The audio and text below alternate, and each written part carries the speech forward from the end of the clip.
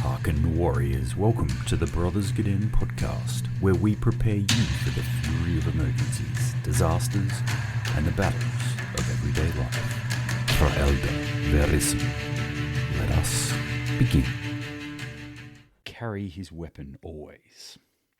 You never know when you may need them on the road. That's from the Havamal, stanza 38. And for those who don't know, the Havamal is also known as the sayings of the High One or the sayings of Odin. It is kind of as close to a Bible, I guess you'd get when it comes to Norse mythology. Viking Bible. That sounds interesting. Yeah. So I thought I'd start off with that quote because it's talking about you need to be ready. You need to take your stuff with you. And today we are talking about grab bags. The art of the bug-out bag. The art of the bug-out bag. Probably the funnest subject there is, as far as I'm concerned. It is. Look, talking about it's fun. Much prefer to be just pulling my kit apart and disseminating it and then rebuilding it again. That's also a lot of fun. Or finding new and interesting things I can put into my various bug-out bags. Oh shit, yeah. If you're actually using your bug-out bag, it's a pretty terrible day, to be honest. But it's cool to think about it. Cool to build them. It's like, oh, look at this little niche bit of equipment, and people love to talk about it. So that's what brought us here today to talk about it today, because it is a common request. What can I put in my bug-out bag? Well, here you go. Well, without any further ado, we'll kind of jump into it here. And I want to start off by maybe just talking about some of the terminology because, I like to watch videos. I like to listen to podcasts about this sort of stuff. And quite often you'll hear the terminology grab bag, bug out bag, get out of dodge bag, inch bag, get home bag, all this sort of stuff. So maybe we're just going to lay out our terminology, how we think about it, how we categorize these ideas, and then maybe jump into a bit of the history of it. So essentially like a grab bag, a bug out bag, something like that, they're kind of synonymous, those terms. I usually use a grab bag as a catch-all term. So that's the umbrella term. So I need to get away from what I'm doing right now as opposed to staying where I am, fortifying this area or bugging in or, whatever you want to call it. I need to get out. I need to evacuate my car, my house, my place of work, whatever it is. And depending on where I am, depending on what my situation is, that kind of dictates what bag I'm actually carrying or have with me. So the grab bag I use as an umbrella term. The bug out bag, I guess, which is probably what we're kind of focusing on here, is really, I think of it more as a 72-hour bag. Yeah. It's interesting to define these by the amount of time of use that you're going to have these different sorts of bags for. I mean, terms will be related to, what group or what crowd you're in at the moment, what part of the world. But time is a good way to define the different levels of these types of bags that we're talking about today. So usually that's what people are thinking about. The other thing that I find when I talk to people about this, they're thinking about is they say bug out bag, but it's this bag which is really built around wilderness survival, around bushcrafting, with this idea that I'm going to escape out into the forest and live out the zombie apocalypse out there, which, I'm not going to go into that. I think it's a little farcical to start off with. And if you've ever actually tried to survive by yourself, it's kind of hard yards. But I call that one an inch bag, the I'm never coming home bag, INCH, the inch bag. So that's that kind of bag where you're like, right, I don't know how long I'm going to be, but I'm going to be a long time. And I need more stuff and I need things to set up more of a dwelling or a life where I'm going to. So this is opposed to like the grab bag where you just grab it and run. You've just got to get out of that space, 100 sort of feet, 100 kilometres down the road and just get out there, get something on your back, just start moving. Whereas an inch bag's going to be quite heavy and cumbersome, isn't it? It's going to be loaded to the hilt with all sorts of stuff. Usually that's what I'm thinking about. It's, you've got a lot more stuff. You're thinking about your classical survival sort of stuff. So, shelter, fire, water, food, all that kind of stuff. The last one, which sometimes I feel is not really talked about a lot. Some kind of preppers and things like that do talk about this. They do discuss this because they understand that you need to look at things in reality. And the reality is that you're not going to be escaping the zombie hordes from your house every other day. you're going to actually be needing to move in an emergency from different areas. And for most of us, that might be work. If you travel to and from work, if you go from place to place, that means you're going to actually, instead of bugging out from your house, most likely getting to your house. So a get home bag. Yeah, and that can imply people that travel long distances. We live in a sparsely populated country, believe it or not. But trying to get from one town to the next, and there's heaps of things that often happen in between floods and fires and all sorts of disasters. So we'll have a couple of scenarios I think we'll play with, and each one of these will dictate what kind of bag we're going to use today. So we'll talk about them from that perspective of the scenario. And as we're discussing that, obviously, have a think about yourself and your situation in life and how you might utilize these particular types of bags. But that really is how I would define. The only other definition that might need clarification here is the thing that you should be carrying on you all the time. So there's inherently stuff that you've probably got on you in your handbag, in your pockets, in your man bag / satchel like Indiana Jones, your everyday carry, which is another little subculture of preppers. They're all about the everyday carry, the EDC. So all these fine acronyms, and they have the different fashions at the time. Oh yeah, it's hot stuff. And gear bandits like myself, we froth on it. Cool. So let's talk about where this idea actually came from. Yeah. So what's the history of bug-out bags? The bug-out bags, inch bags, all those sorts of things, look, they've been around for a while. And if you think all the way back, they probably weren't called bug-out bags back in the day, but, they were there just the same. If you think about our hunter-gatherer sort of past, where you had to sort of move around, take some sort of survival gear with you on a day-to-day basis when you're out hunting and gathering. Might be a difficult time to get back home, so you'd need some essentials put in a little satchel or pack that you carry around with you. Not to mention, most hunter-gatherer tribes are nomadic in nature. So that comes into your bigger packs where you pack basically your life up into some sort of device and off you go. So these were used way back in ancient times. Even as we're starting to move sort of the ancient modern era of like the Romans, they travelled vast distances they did have some support, but not a lot of support. And they used to use a version of the grab bag called I'm trying to figure out how to pronounce this.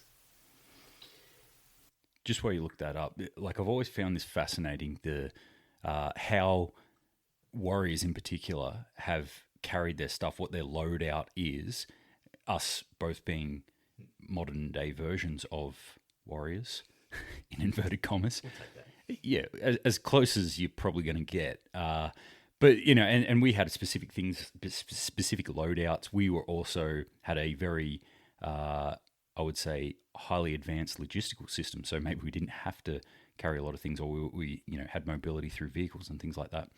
So, but it always fascinates me throughout history what soldiers carried and how they carried it. Yeah, because they always wanted to be effective, efficient, had to be light and easy to carry.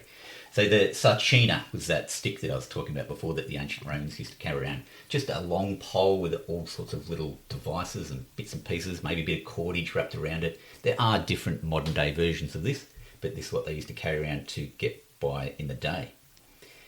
Past this, about sort of World War II is when the bug-out bag sort of term was born, and military were using this. It came from a military term originally to bug out, to withdraw or move backwards very quickly from a point if you were under attack. And soldiers would put all sorts of things in here, essentials like food, water, ammunition, just things that they needed to get from wherever their point was to a point of safety without carrying huge loads. Because as you know, carrying huge loads can slow you down. Sucks. It sucks. And it still affects me today. I've got sore backs, sore hips, sore knees from those huge loads. Yeah. Yeah. Walking around in body armor, carrying packs and weapons and ammunition. You're looking at 30, 35 kilo on a good day, 50 plus kilo. Yeah, I feel like that's average. Yeah. Just buckling everything. So you couldn't carry those kind of loads around, which we'll get more into in a minute. So beyond World War II, where it's kind of started to develop those bug-out bags that they'd have them ready to go, using it in an actual wartime sort of scenario. We moved to sort of the Cold War era, back in about the 50s, all the way up to the 80s. And I say Cold War because it's the Cold War era between the US and Russia, where those kind of terms started to be using more and more in the civilian population. And it was actually encouraged by governments during that time for people to be prepared. How are you going to get from your house to your fallout shelter, etc., those kind of things. So people in the popular civilians started to develop their own bug-out bags, what they needed to get by. They'd still be consisted of the same basic sort of principles, the same things that they needed to get from point A to point B. But that's where they started to develop there. Then we start to move in sort of like the late 70s, the early 90s, with the survivalist sort of movement comes into play. This is what most people, I think, still think of when they think grab bags. So it's something that I think is born out of that Cold War era. Russians under the mattress, beans, bullets, and band-aids in your bunker, or whatever the other bees you can stick in there. And people still sort of think of this like, we're gonna escape out into the forest and form a little pack called the Wolverines and fight off the Ruskies, Red Dawn style. That's right. And look, I think a lot of movies around that era really are to blame actually.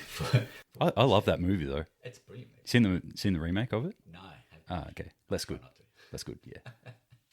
Stick with the original. Movies like that, there's a lot of them around that sort of time period as well, and it's like a lot of, as you said, a lot of people identify and understand what bug-out bags or grab bags are. But then we move sort of forward again into sort of the modern day, and these days we're looking at more disasters. I don't know if there are more disasters, but we're a lot more aware of them with pandemics and natural disasters like hurricanes and man-born disasters, as in terrorist acts. People are now becoming more prepared, want to be more prepared, and are developing and evolving their bug-out bags, their bug-out packs for these kind of scenarios now. And just give you a bit of a heads up. So we've talked about how we sort of come about an expertise on these kind of things. It's because we use them extensively in the military. As part of your load kit is to have a bug-out bag. Like I said, running around under fire with heavy loads of 30, 50 kilos plus messes up your hips, your back and your knees, and you needed a way to get out of dodge really quickly but still have enough food, enough ammunition, enough water to stay in the fight.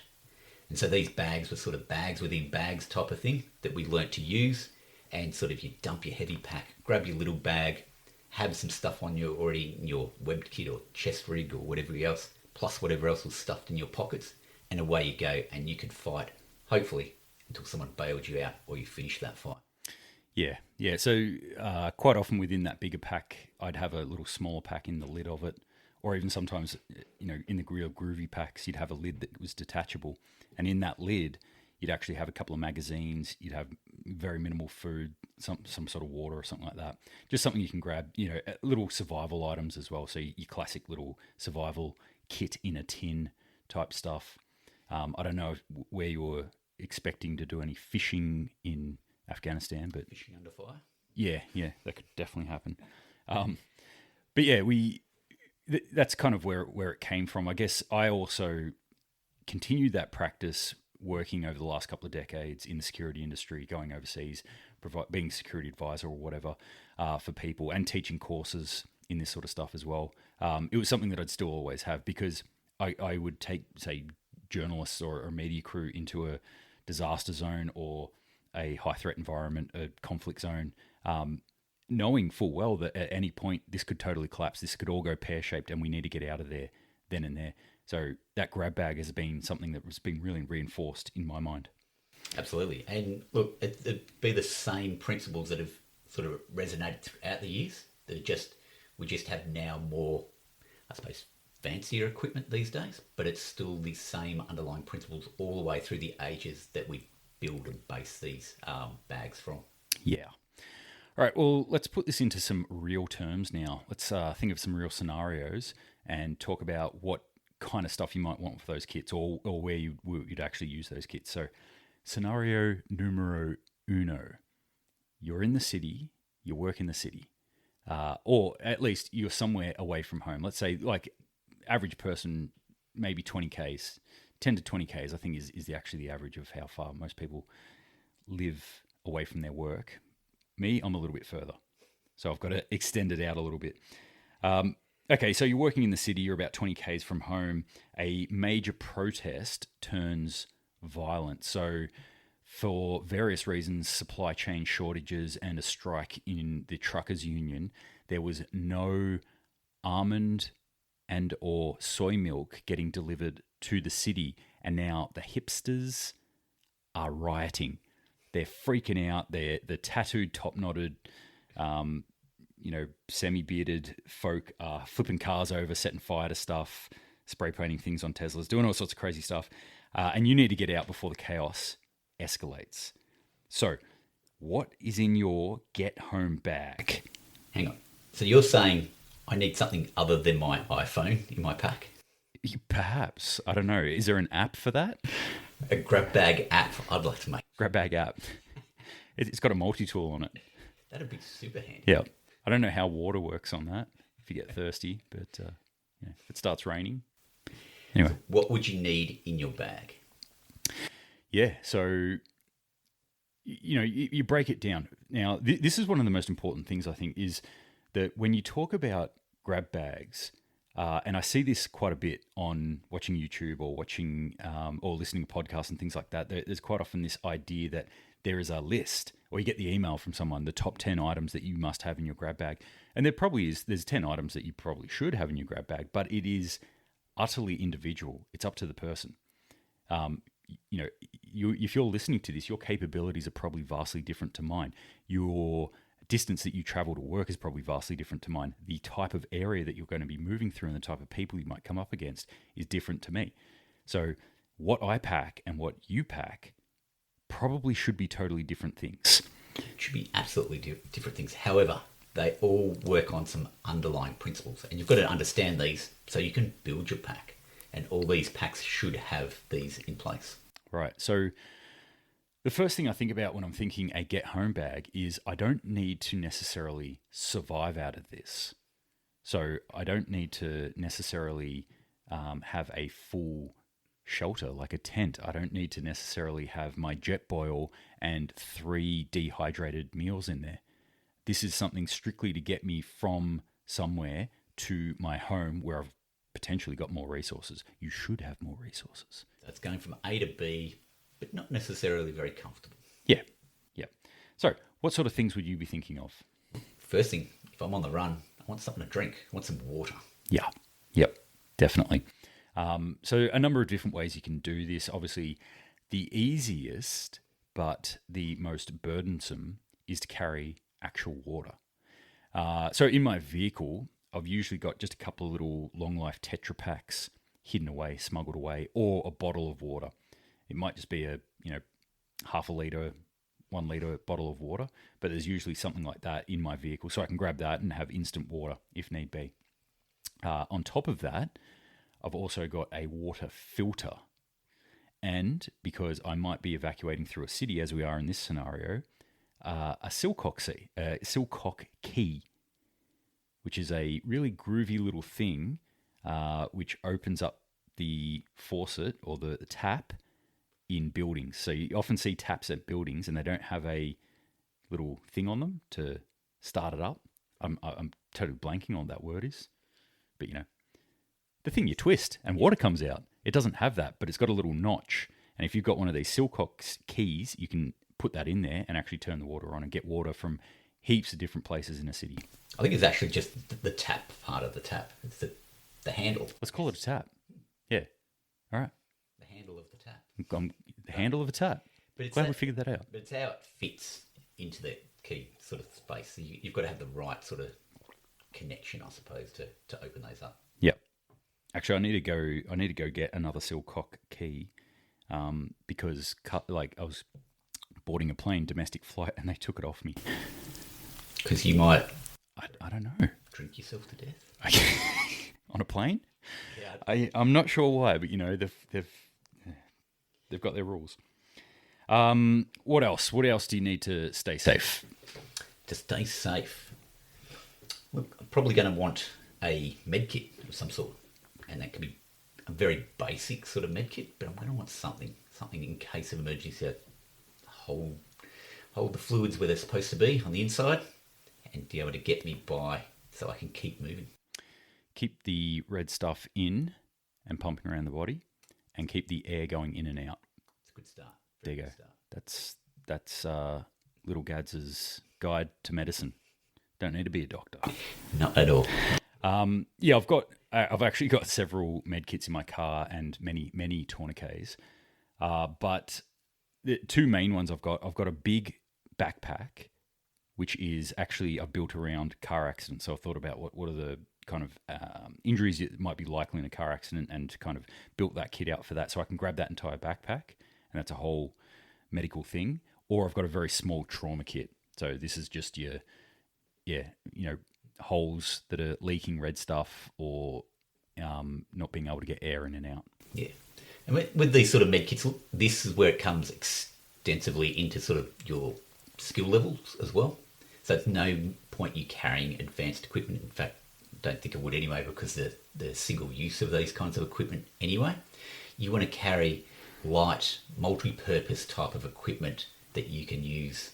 Things like a triangular bandage. Very simple example, can be used for different things to get you by, as well as first aid, that you should have in your first aid kit. Syringe needle, that's multi-use, yeah? Depends on how. Remember, you're a doctor, you can't give bad advice. All right, so my kit, you're going to love this, because I know how wrapped you are about these types of bags. My kit in my car, my little get-home kit, is a bum bag. Yeah, your fanny pack. Yeah, it's my tactical bum bag. Look, they might have their purpose somewhere, but I just think that bum bag bouncing along as you're running away, it's just like, so cool. I love it. Anyway, other things I've got in there in case people are interested. I've actually got a fixed blade knife, which I had to use the other day. Somebody ran over a blue-tongued lizard in front of me and then just drove off. And the thing was squirming around on the ground, so I had to jump out of the car and end it. Yeah. Probably the most humane thing to do. Mercy kill, yeah. Anyway, fixed blade knife, that's really not neither here nor there. Some people really froth on those sorts of things. Some people do not want that. And in my EDC, I always carry my Leathermans anyway, so I've got a blade on that if required. Definitely. I think some sort of blade is kind of essential. I mean, different blades have different purposes. So your fixed blade for some hardier type work. For your finer type things, you can have a small folding blade, which would do just fine for a lot of uses. Yep. Just quickly, a couple other things I've got in there. I've got a poncho, which I can turn into a hoochie, which is just a military term for a tarp over your head. A little bit of cordage in order to do that. Caveat on this information too, I've got about 80-something Ks that I might have to move home. So I'm thinking about a couple of days that I might have to be walking or travelling. Yeah, so you're going to need a bit of rest in between that. You're not just going to run 80 Ks in the one day. Yeah, exactly.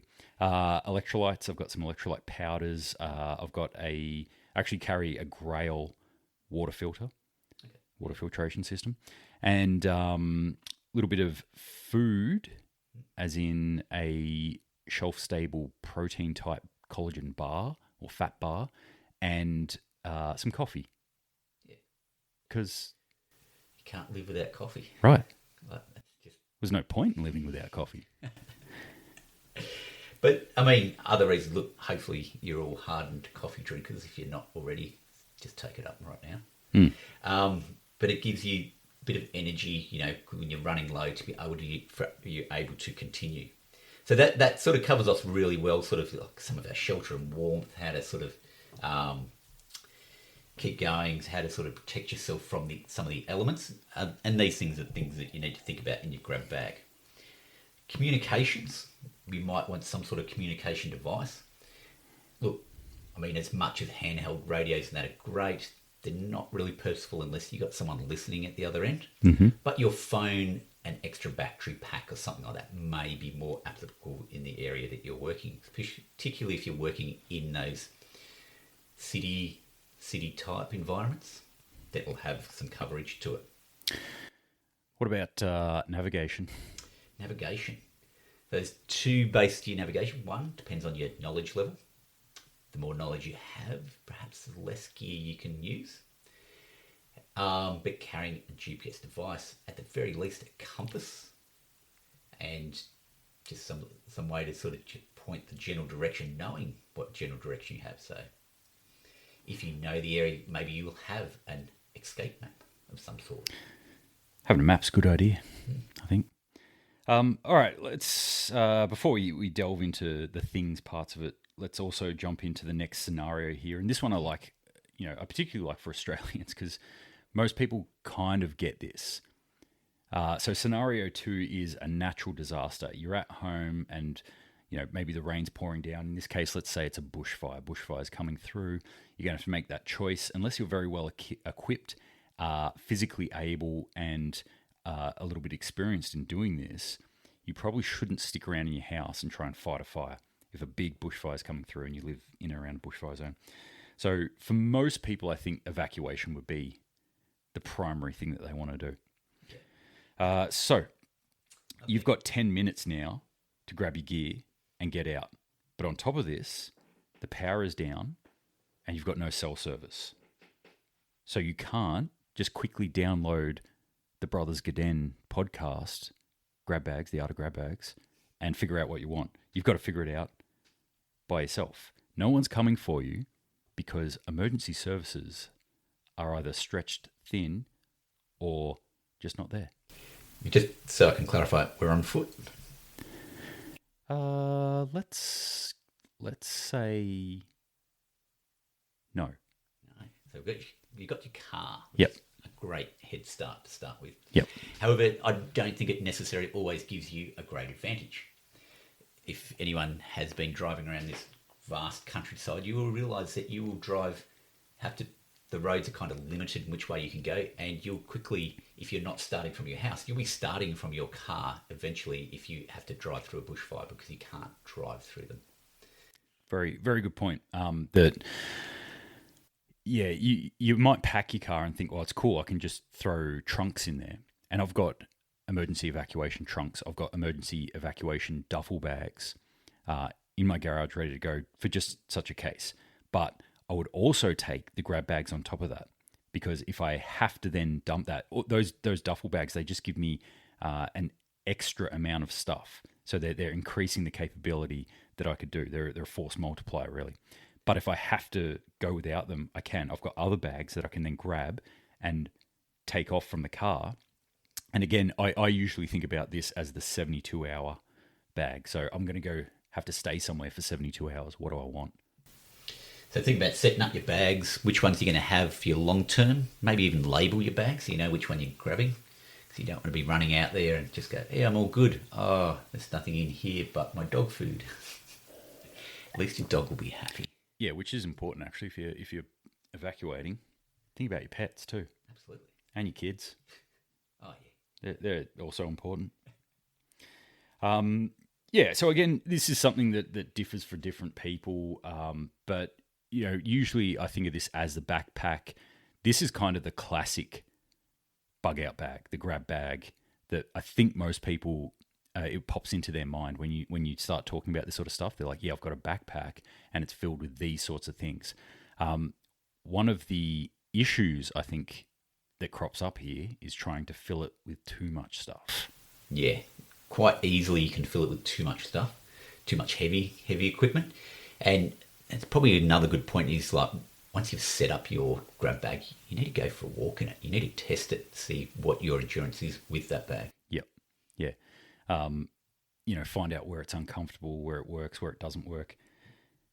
Maybe even live out of it, which we might have a secret challenge coming up. Okay, lastly, large-scale collapse. So a long-term national emergency unfolds. Maybe it's an economic collapse or some sort of infrastructure failure, maybe even some sort of massive cyber attack that's knocked out critical service and people have gone crazy.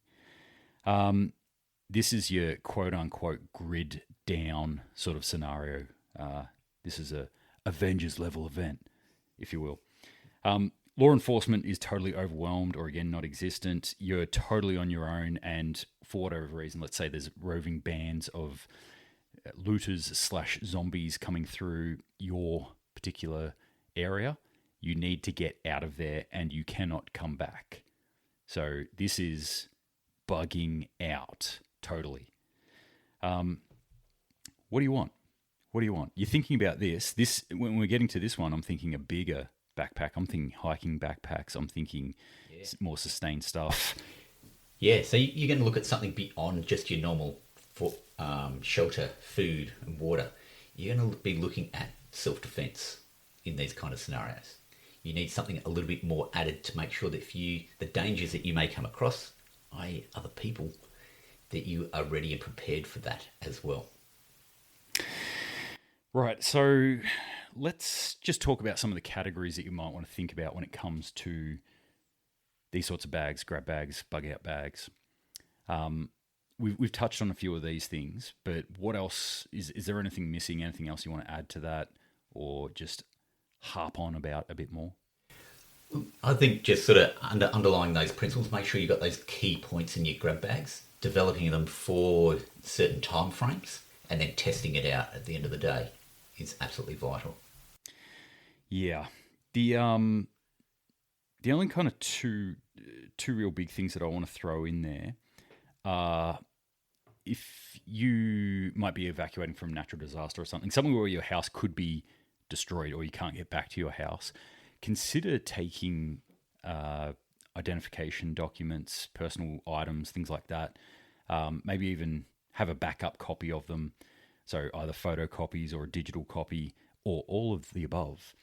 And have that in there as well. So, you might need to, rather than trying to start from scratch again, think about where you store your passports, where you store your, or do you have copies of licenses? Do you have copies of very important information? I don't know, like, does anyone have a deed to their house anymore? Is that a thing? I don't know. It's probably stored in the cloud. But yeah, all that sort of stuff, things you might need to prove it. Example of this important documentation, fires that came through this area, 2019 fires, but very horrific fires that happened in Australia, obviously deeply affected the area that I live in. And at a certain point, they actually closed down roads to anyone going into certain areas. You had to prove that you lived there, which means you had to prove either on your license that you had that, or you needed some sort of documentation like a water bill or gas bill or something like that. So just start to think about things like that. Can you prove who you are?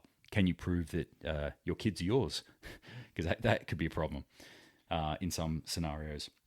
The other one is clothing. So again, from those fires, that was a good lesson that I learned. Driving around, hot summer, what are you wearing? I'm wearing a Bonds blue singlet, which has another name that upsets people. And, some boardies or rugby shorts or something like that, and thongs or pluggers or flip-flops, depending on where you are in the world. Jandals, yeah, that's another good one. You say thongs, and if anyone's listening from the US of A, they'll be like, that's a G-string. That's not appropriate to wear that on your feet. Yeah. But yeah, like I was driving around and all of a sudden there was a fire. Like there's fires everywhere, but there's a fire. I had to jump out and deal with that fire. And I thought, being in thongs, in flip flops and board shorts is pretty inappropriate gear to be fighting a fire with. So carrying good footwear, carrying spare clothes, carrying rugged clothes, carrying pants, long sleeve shirts, hats, things like that, protective clothing. That's also a good one you want to think about, or cold weather gear too, if you live in somewhere that's prone to get cold. Absolutely. And look, probably the only other thing I'd add to that is, like, yes, we live in a digital age where you zap everything with your card to pay for it, but maybe some cash come in handy. Yes, cash, absolutely.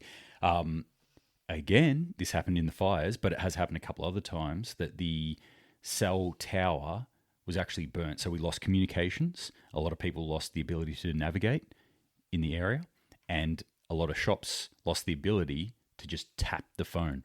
And this has happened quite a few times, not the tower burning down, but the tower being disrupted for whatever reason. It's a rural area, right? So things happen. Yeah, and from that, all of a sudden people are freaking out. They'll go to shops and they're like, oh, I'll have this meal or whatever. And then the person's like, oh, by the way, it's cash only. And people are like, but I don't have cash. Guess what? ATM, not working either. Right. Great. Or the ATM is out of money. So always carry cash. Yeah, have a bit put aside. Put it in your left shoe, wherever you need to put it. Have it ready to go. If I ever roll you, I'm taking your left shoe. Now you've told me that. Now putting it in my right. All right. Particular items. Are there any must-have items that you would put in any grab bag? Any grab bag. I think we said before, like, have some sort of small blade or something ready to go. I understand that is hard to travel when you're travelling on planes and whatnot. Always have some sort of water with me, and it just be a small amount, just sometimes a mouthful, and some sort of protein bars or bar to get by. Yep. Yeah. I think multi-tool or blade is pretty essential. Does a lot of things. Multi-tool does a lot of things. Multiple uses. Yeah. Odd that. The water is a huge thing. It's actually, of all the gear that I have, all the gear that I have owned, do own, will own in the future, the thing that I use by far the most, like on almost daily, but whenever I'm traveling around the world, is a water filtration bottle. So your Grail or your Life Straw or your Sawyer, especially your Sawyer Minis, are a great one to throw in any little pack. That's the number one thing. Like, if anyone's going to go out right now and spend dollaroos on gear, I would say that should be the first thing that you target. Not necessarily from Target. I don't think they sell them. Yeah, I think that's probably the only two ones that I would really say you must have. Yep. Food, you can go a while without food. Just suck it up. Says old lard monkey beside me. Whoa, shots fired. Jeez. I like to eat, all right, but, I've been known to go without food every now and then. I love a little intermittent fasting. Thanks for that, though. All right, so I want to get actionable now. I want to give people a bit of a challenge. If you're listening to this at home and you're thinking, yes, I've got a grab bag, or shit, I don't have a grab bag, I want to give you some challenges. A couple of challenges, you fit in here wherever you feel is appropriate for you to do. First one, option one, is I want you to take your grab bag. This is probably, I would say, the hardest. I want you to take your grab bag, go out somewhere, and live out of it, and only it for 24 hours. I want to see how you go. That's a tough ask. Yeah. I mean, it's a tough ask getting 24 hours to yourself. True. To do something. Yeah. But I'd be even interested in, if you're anything like me and you can't, the family is always trying to get your attention and do stuff. No, I love my family. I want to hang around with them. Take them with you. You could take them with you. No, try it out. Try it, like, even if you're going to work, what's it like to live out of a grab bag at work? Just do your normal day and test out your preps, test out your grab bag. Next one is, okay, you don't want to do that. I want you to take whatever pack you've got, that pack that you've created, your grab bag, and go for a bit of a wander, at least 10 Ks. Last time I did this, I would have done just over 10 Ks, I think. And I was surprised at how much I hurt. I was going to say, you're surprised that it worked, but yeah, okay. Oh, it worked. Like, I got there. My knees almost exploded, but, I did it. And that led me to what I'll call challenge 3, which is the how much do I need this list? Yeah. So after I did that walk, I actually pulled that pack apart, and I had a keep, replace, or ditch list. So there were some things I was like, this was awesome, definitely keep it. This, I don't know about this, and I think I could replace it, or it could be covered by something else. And then there are other things I'm like, I 100% do not need a huge, 15 centimeter bush knife that has a big skull crusher on the end that weighs a ton. I don't need to carry that, and the machete, and a shovel, and a spearhead, and an axe. One of these things can probably go. Only one. Yeah. You got to pick. Really the axe stayed. Just spoiler alert, the axe stayed.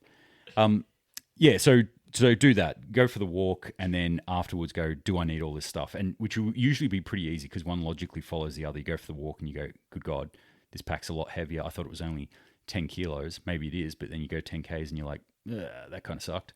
That was worse than I thought it was. How do I make this easier? Yeah, I think that trimming of the pack is like super, super vital because you will just endlessly put more things in your pack. Yeah. You just say, I need backup to the backup, backup to the backup, Yeah. to the backup. Which...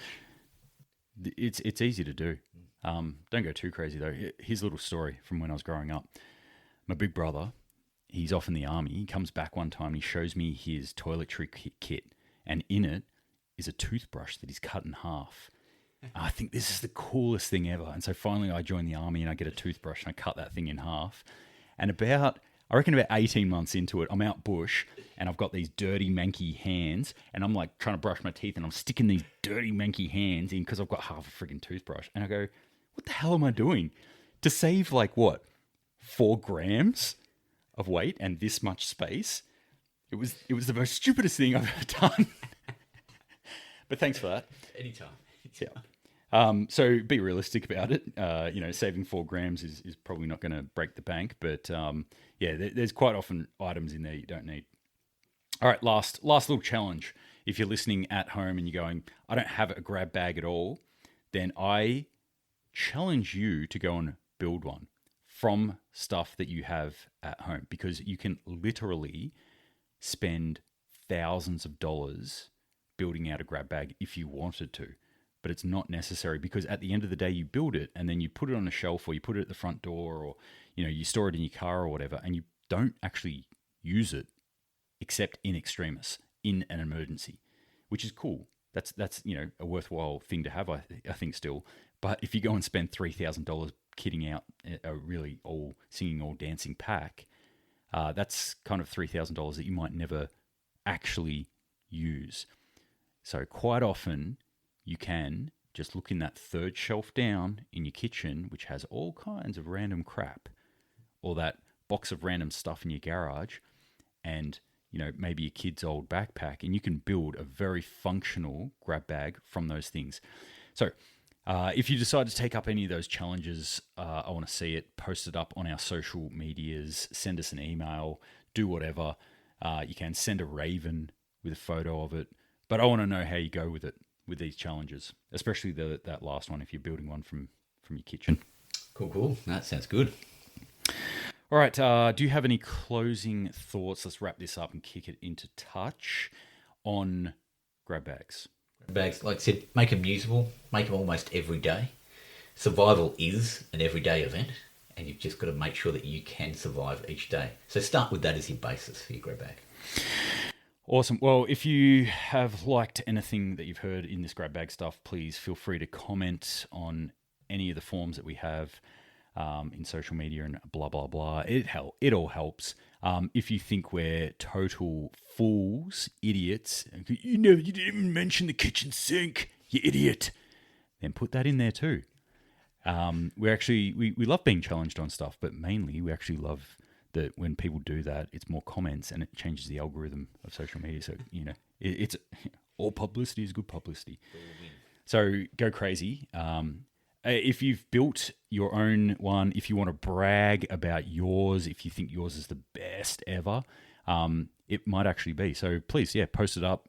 Let us all know. Share it with the community, because there could be ideas that you have that might trigger someone else to go like, yes, that's the thing I need, or that's what I was forgetting.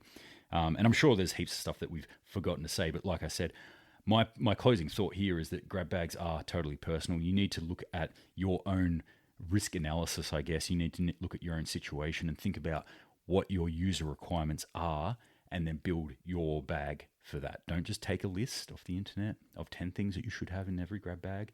Don't just listen to the Brothers Get In podcast on the art of grab bag and go, yep, everything they said I'll put in. All those tubes I've seen. This is the 10 things you must have in your grab bag. Yeah. Like, you're not me. You don't know me. Well, there's no knee braces in there. How do you think I'm going to walk anywhere without knee braces, bro? I'm old and broken, though. All right, so, yeah, apart from that, anything else? All good.